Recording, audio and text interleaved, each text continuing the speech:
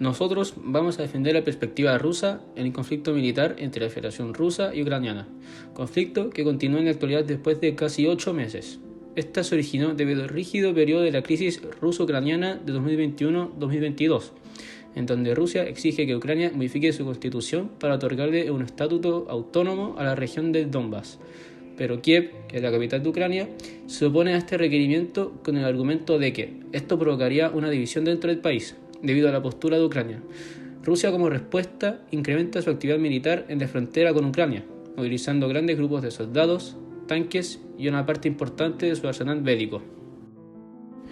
Este periodo de crisis culminó, en definitiva, con la invasión de hecho de Rusia a Ucrania el 24 de febrero de 2022.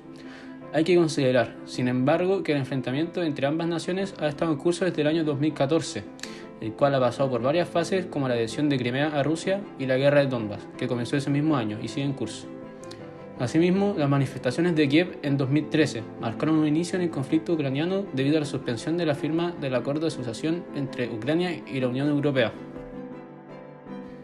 Rusia ayudará al pueblo ucraniano a desembarazarse de un régimen absolutamente hostil al pueblo, nos dice Sergei Lavrov, ministro de Relaciones Exteriores, el 24 de julio.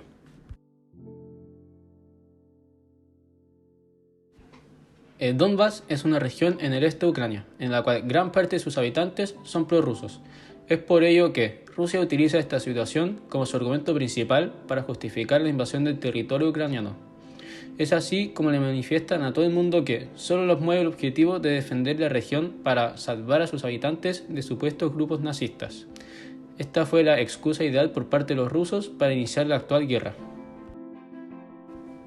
La situación del Donbass no es algo muy reciente. Como se mencionó anteriormente, existió la guerra del Donbass, un conflicto armado desarrollado en Ucrania Oriental desde el 6 de abril de 2014, entre el gobierno de Ucrania y las fuerzas separatistas rusas del Donbass. Esta guerra ha pasado por distintas fases hasta llegar a la presente guerra. El segundo evento importante es la anexión de Crimea a Rusia. Crimea, perteneciente antiguamente a Ucrania, es una importante conexión al Mar Negro, un lugar con una serie de riquezas naturales como lo sería el petróleo y representa una importante posición estratégica. Crimea era abastecida de electricidad, agua, carreteras y vías férreas desde Ucrania, lo cual favorecía de forma única al país. Esta fue la razón para que Rusia en el año 2014 decidiera invadir de forma ilegal la península con el objetivo de quedarse con la conexión al Mar Negro. Ahora yo voy a hablar de la importancia del Donbass para Rusia.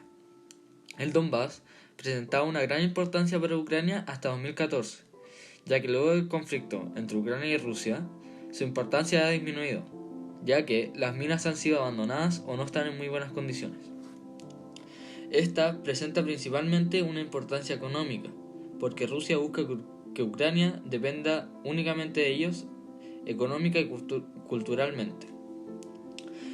La zona del Donbass también presenta una posición estratégica, ya que esta zona es una entrada al Mar de Azov, el que por medio del estrecho de Kerch se une con el Mar Negro, y desde el Mar Negro Rusia podría tener exportaciones a todo el mundo, lo que le permitiría ampliar su economía.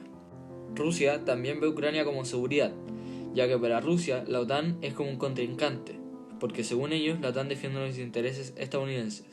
Entonces, si Ucrania logra formar parte de la OTAN, Rusia tendría una posible plataforma para una alianza militar amenazante, y esto significa que probablemente tengan armamento de parte de la OTAN. En febrero, Rusia anunció la invasión a Ucrania con la excusa de defender a la población de Donbass. Putin lo llamó una operación militar especial para proteger a aquellos ciudadanos rusos que están bajo el gobierno ucraniano. Desde marzo en adelante, la política exterior rusa fue cambiando de enfoque. Donbass pasó a ser el segundo plano, pues Rusia buscaba lidiar con otras amenazas occidentales, como la OTAN y sus miembros, específicamente Estados Unidos.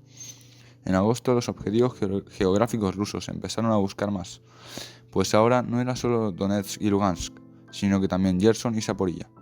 En septiembre, Putin anunció la anexión de estos territorios e impuso la ley marcial en ellos. También anunció que si la integridad de su país se veía en peligro, él no dudaría en el uso de armamento nuclear para defenderlo. El cambio de los objetivos rusos se puede atribuir a la falla en la estrategia rusa en la guerra, la ayuda internacional que ha recibido Ucrania, la resistencia ucraniana por parte del presidente y su gente, Todos estos factores y el cambio del estilo de guerra en nuestro tiempo se puede ver como las causas de los objetivos cambiantes de Putin. Entonces, sabemos que el principal objetivo ruso para iniciar la guerra es la protección de las personas del Donbass por el supuesto abuso y genocidio de Kiev durante 8 años. Para ello, Rusia busca la desmilitarización y desnazificar Ucrania. Sin embargo, estas declaraciones fueron acompañadas por otros motivos que el presidente señala que son razones históricas hasta intereses políticos. Aunque todas estas razones expuestas por Putin han sido rechazadas por gran parte de la comunidad internacional. La OTAN, alianza de países de Europa y Norteamérica, una principal exigencia de Vladimir Putin era que el país ucraniano no forme parte de la organización. Desde la disolución de la Unión Soviética, varios países que formaron parte de la URSS, como Estonia, Letonia y Lituania, ahora son miembros de la OTAN. Rusia observa a la OTAN como una organización la cual defiende los intereses de Estados Unidos, por lo que una expansión de la organización que incluye a Ucrania supondría limitar al mínimo la soberanía e influencia de Rusia sobre el país.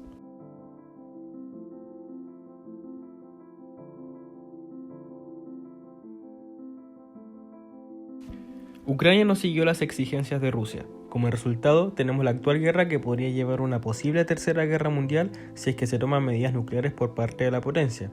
Además, Putin señala lo siguiente: nunca permitiremos que nuestros territorios históricos y las personas cercanas a nosotros que viven allí se utilicen contra Rusia.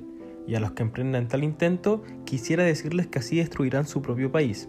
Además, señaló a los actuales dirigentes que en Ucrania existe lo que se denomina el odio a lo ruso.